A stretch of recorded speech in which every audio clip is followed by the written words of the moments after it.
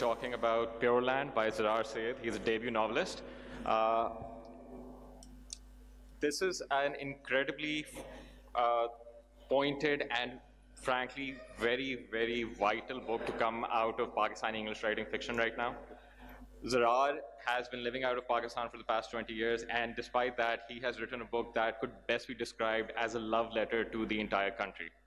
Rather than being seen as an indictment, which I'm sure there are concerns about, it's mostly about how Pakistan can improve and become a better country as an entire nation by embracing the diversity within. Zarar, Pure Land, why don't you tell everyone exactly what inspired you to write this book? So I came across a really wonderful story of Dr. Abdul Salam when I was in college 20 years ago. Not to give my age away, but it's an inspirational story of a boy born in a village, goes on to change the world of science, but is excommunicated by his own nation and never gets to come back. He longs to come back, but he can't. So I thought that was a very remarkable story, and I wanted to tell it in a way that is, acceptable to everyone and approachable to everyone. So, why did you exactly decide to go toward the mode of magical realism? Because that's the best way you can describe this book. Although, frankly, you can't really describe it without actually reading it because it covers so many different genres and sweeps over so many different themes. But why go for the magical realism aspect? So the actual story is very magical itself. So, I mean, Salam, when he was born, he couldn't speak until the age of 4. His father took him to a soothsayer, and he asked him, what's wrong with my son? And the soothsayer prophesied his life, said, this boy will one day speak so loudly the whole world will listen. So the father sacrificed everything for him and made him study mathematics, which he mastered eventually. He went, a lot of fortuitous accidents happened to him. So before the World War, the British had this Indian Peasants Fund. He didn't get that scholarship, somebody else got it, and that person died. And so he got that scholarship to go to Cambridge. So these random events happened to him.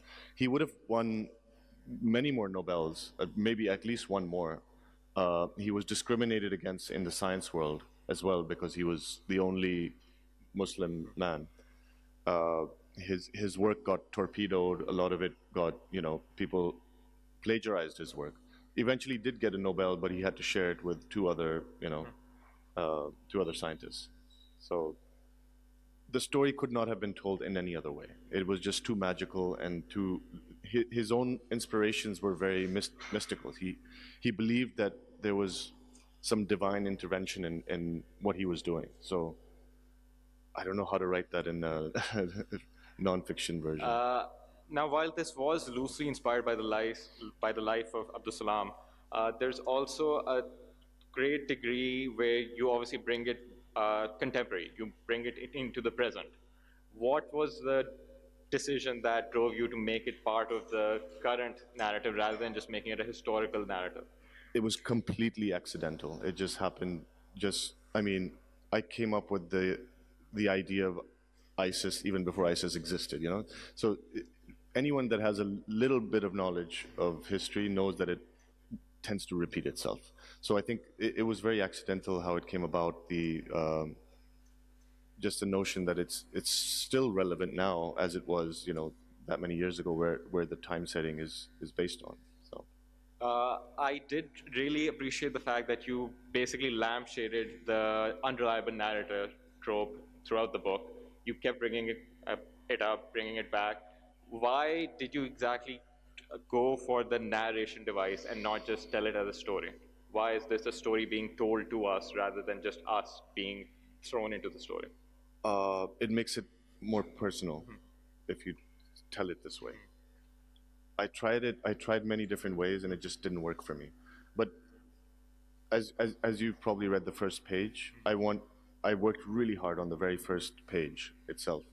And my editors and I, we spent months trying to understand the narration and Once the narrator came into the story, I knew that it clicked, and it was just easier to tell the story that way. It draws the reader towards the narrator and makes it their job to understand what he's going through, and at the same time, they're going through the same thing. So. Another thing that I found interesting was how you use the proper English titles for all the names instead of just using the Urdu transliterations or Roman Urdu stylings. So what prompted that decision? For example, why was Salim known as Potato throughout the book instead of, say, just calling him Alu? I don't know. I think it just makes it more, like I said, personal to the reader. And also, this novel was as a New York novel, right? So there's a lot of agents and editors that had their influence on it. So I had to make it approachable to and accessible to everyone. I could have used a lot of local twang, but it would have taken away from the universality of it, So. Another thing that was very fascinating is that how the book can easily be divided into two, which it is, part one and part two, where one half is a very explicit love letter to the city of Lahore. Why did you exactly decide to make Lahore the centerpiece? So I think if you probably read the chapter which describes the notion of the love story. In the love story, it's very important to know where you fall in love as well as who you fall in love with, right? And the idea of Adam and Eve is a very profound metaphor throughout the book. The Adam and Eve story is not only about them, but it's also about the Garden of Eden, you see? And over time, the Garden of Eden has become more important than the original love story. So that was the crux of the whole idea.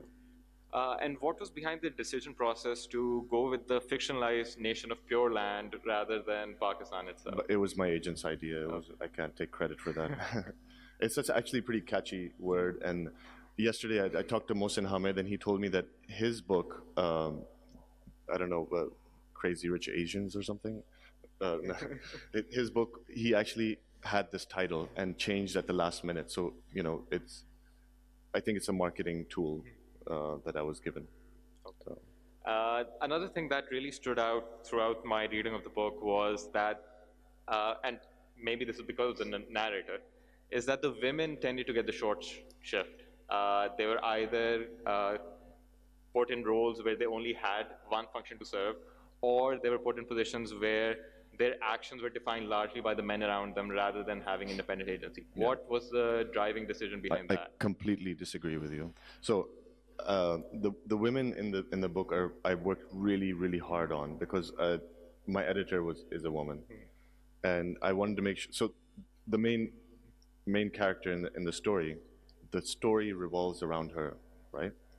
And in this entirely misogynist, feudal, man-oriented system that I had created, there had to be women that were very powerful characters. I worked hard on that because I read a lot of my favorite writers are women, and they write completely differently from men, like Chimamanda Adichie and Arundhati Roy and everyone. It's because I had to do justice to those characters and make them, more lively than the others. So if you see that in this whole system, it has to be balanced, right? You can't have an angry character and another angry character. It just doesn't work like that. So you have to balance it out. So that's why I did it that way. One of the things that really stood out was how, despite starting off thinking that the general who had basically taken him into their house was just planning on using him, and how did you arrive on the decision that the narrative propelled that general to actually see Salim as something more than that? You see, that's the entire conflict in the book. There's this barrier to entry, right, for people of certain classes. And even though you feel a certain way towards someone, there's always going to be that barrier there, right? So the general is obviously, an extremely rich, upper class person, and this guy is a servant. But he has a love towards this person. You know, he thinks of him as a son, but he can't say it because you just don't do that in this world. You know, so I think that conflict drove the narrative forward, and throughout the book, the boy longs for him. You know, he's a father that he never had, and eventually, you know, he learns that he also loves him, and it takes him a long time. It takes him his entire life to learn that fact. Uh, Beyond Lahore, a certain portion of this book is also focused on New York and how New York is the city that embraces Salim when he can't really find home where his home is. Why was the decision taken to set it in New York? Just out of personal experience, or It just made it easier. Like, yeah, I think I know the agent in the book also. There's an agent, and you know, she says that everyone has a story, and when they come to New York, it becomes a New York story. And this book is also that. You know, if you draw parallels to the actual story of Salam's life, he went to Cambridge in England, which is a pretty boring place. You know, so I think New York City is a little cooler than that. And another thing that was fascinating about this book was how you came up with the different names and the different satirical names, basically, for Yeah. the actual real life Yeah. settings throughout the city. Was there a decision-making process behind that, or was it just something that, okay, this sounds good, let's just go with it? I was very inspired by my grandfather, who like named people at random and like really funny names, you know, and it didn't make sense at times, but sometimes it did. I was very careful of every person's name and every character, the reason for that name. Like I said, the editors and I worked really hard at bringing that out. If you ever read P.G. Wodehouse, that's a very, you know, P.G. Wodehouse uses very specific names for people based on their character. And that was true throughout the book. Another thing that maybe has gone lost in the marketing of the book, or should perhaps be promoted more, is that this is a genuinely funny book. There were a lot of moments in this where I was literally laughing while reading it because it was just so amusing.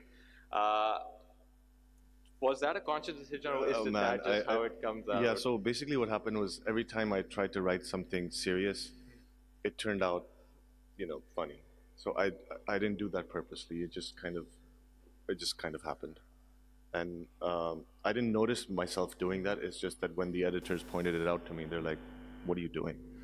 And even the serious parts, I had to like really change the style of writing to fix that, because everything I say is, you know, people that know me know that I don't take anything seriously, and that's how it works. And one of the things that really does stand out when you're reading this book is how much it encourages people in Pakistan or people of Pureland to embrace the diversity within, to be more inclusive, to want to have a certain degree of affection for every single person in their country, regardless of their background or their origins.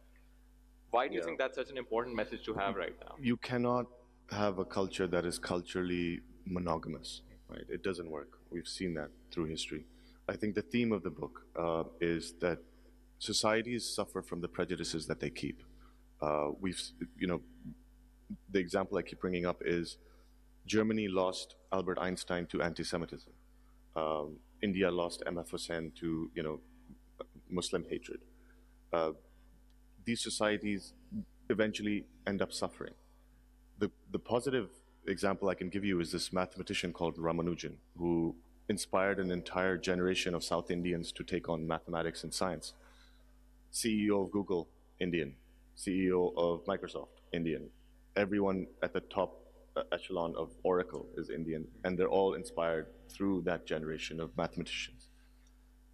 My only thing is, had Salam been left to do his thing here, how many people could have been inspired to take on science and propel the society forward? That's basically. So, in essence, you're also saying that he had, and I think you actually made that explicit in the book as well, but he had to leave the country to get to a point where he could actually be inspiring to the people within the country itself. he still to this day gives to this country more than it ever gave him. He has scholarships for South Asian physicists to come to the. He has a theoretical physics fund to. I think I mentioned in the book also in a way that still gives back to the society that he's from, and yet his grave is chiseled, and people throw trash on it. I don't think there's anything sadder than that. And that was another interesting point, how you pointed out that while 9/11 was obviously a very harrowing factor in the universe of this book as well, at the same time, it just didn't make much of a difference to Salim's life. Why was that? I purposely left that out. I didn't want it to be like, like the reluctant fundamentalist, it just wasn't that story. I don't even mention it, that much. Yeah, I think it only comes up twice. That's it. Otherwise, it doesn't come up at all. There was also again, coming back to the narrator. The narrator, while obviously unreliable, seems to know a lot that, based on what we learn about him throughout the course of the book, becomes even harder to believe that he would be aware of all this information. So was that also a conscious decision between you and your editors, or was that discussed?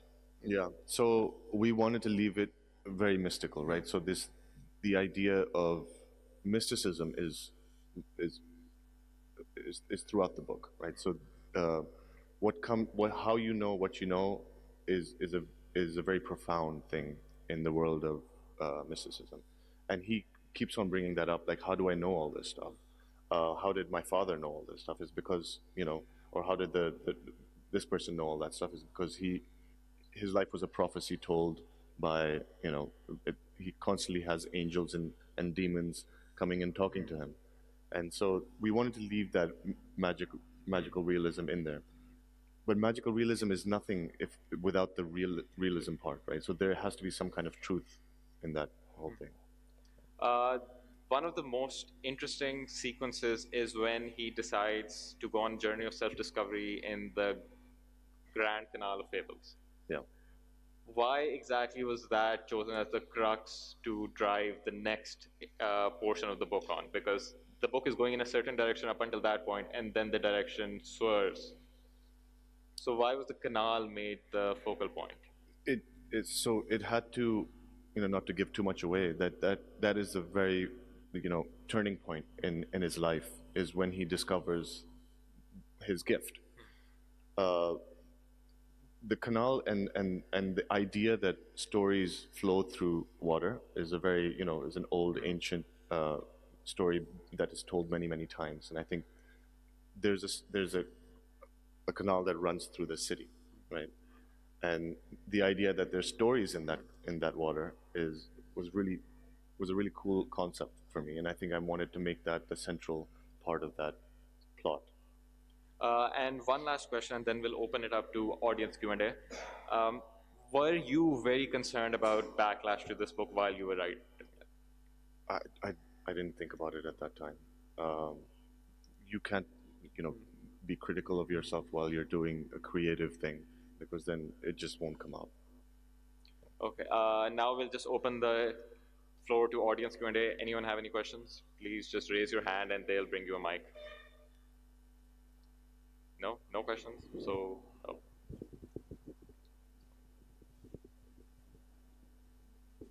Hi. Thank you very much for the interesting talk. Actually, I'm here kind of by coincidence, but I think it's too much of a coincidence for me not to mention that I'm actually a mathematician, and I work at the Abdus Salam International Center for Theoretical Physics in Trieste. And I just want to say that this is the institute that he founded in 1964, yes, and he directed for basically 30 years. But the institute is still going very strong. Yeah. And in fact, I'm here for a collaboration with this institute and some universities here in Lahore. I will be teaching a course at ComSat's University starting tomorrow. And so this is still part of the heritage of Abdus Salam. So I think what you said about him still having an impact is absolutely true. This institute is still a reference point, not just for Pakistani physicists and mathematicians, but really in all developing countries. It's still, I myself feel privileged to work there. And since I've been working there for the last 10 years, more and more, I'm impressed by the vision of Abdus Salam and how he, because it still really very much has the mark of his vision. Many of the programs we have and the way it works was set up by him, and it still works that way, and it's very That's pretty wonderful cool, man. way. Yeah. Yes, thank you. Thank you.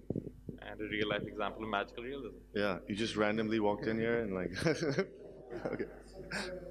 Oh, okay. All right. Yeah. Yeah.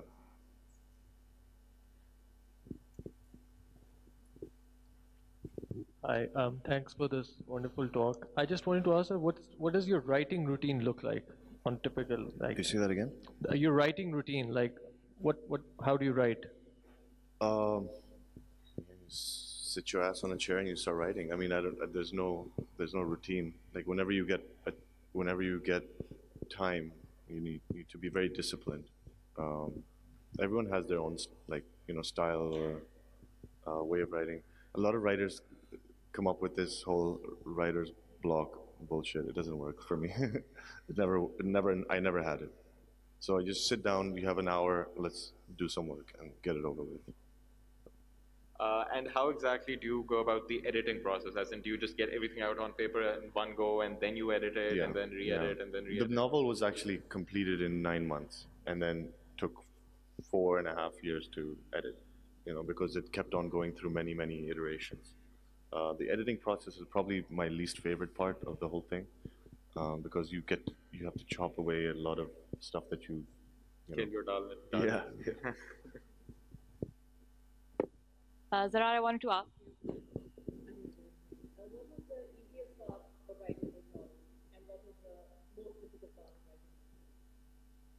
Like I just said, the easiest part was actually the creative part, because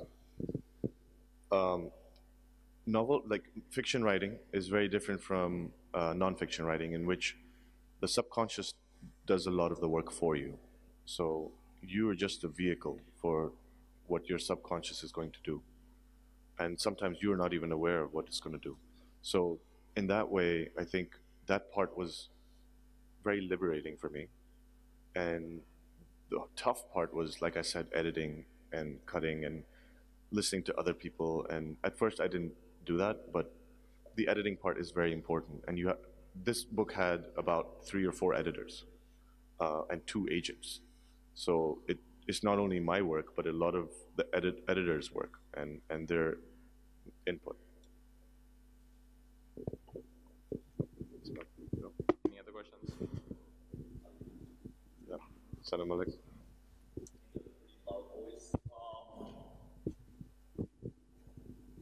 I think just from my assessment of Pakistan, the struggle seems to be having a sense of identity that actually feels true instead of imposed. And obviously the struggle becomes, it's a struggle because there's so much imposition. So self-expression is subdued and diverse ideas are quashed. And obviously we all kind of have known the historical trend. And obviously post 9/11 there's been a little more radicalization, but then there's also the age of information that we all live in. So considering those dynamics, and of course the theme of the book is about how diversity of ideas should not be quashed. Considering those dynamics, what kind of prospect do you think Pakistan now has to be able to kind of promote self-expression in so many forms that can potentially translate to commerce? I don't know what potential it has, but when you think it's okay to put limitations on freedom, that's a very, very slippery slope. And we've seen that censoring and silencing doesn't work ever. Going down that road will lead to a place where no one is going to be allowed to say anything. So I think the opposite should be happening, where freedom of speech is the only freedom we have, basically, right? Everything else is a derivative of that. So once that goes away, then, you know, the sleep of reason brings on monsters, and that's what happens. So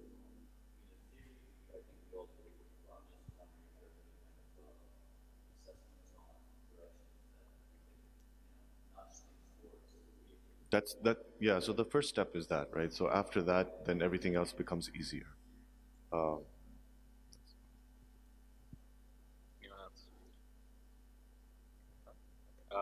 The time is up as well. Before we sign off, I just want to say that this book is currently available at Readings. If anyone wants to buy it, it's also available at the stall here, or it's available at their store. Zarrar should be here most of the day, so if you see him, buy a book, get it signed. Thanks. Any last words you want to say about the book, about anything else? Yeah, go buy it. Yeah. Thank you.